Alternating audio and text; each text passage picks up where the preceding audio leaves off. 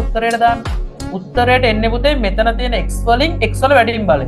මෙතන x මෙතන x වර්ග වැඩිම බලය x වර්ග නිසා උත්තරයට එනවා x වර්ග. y වලින් කවුද එන්නේ බලන්න. මෙතන y මෙතන y වැඩිම බලයක් කියලා නෑ y වල පළවෙනි බලය තමයි තියෙන්නේ. එහෙනම් උත්තරයට y වල පළවෙනි බලය එනවා. ඉස්සරහට ඉලක්කමක් එනවා. 4ද 8ද.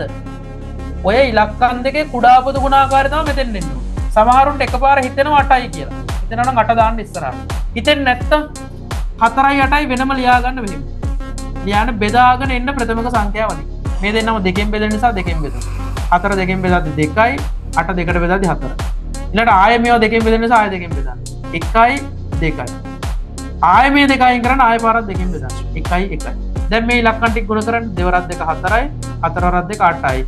ආවේ 8 4ටයි 8ටයි කූපෝගු වෙන්නේ එහෙනම් 8 දාන්න ඉස්සරහට.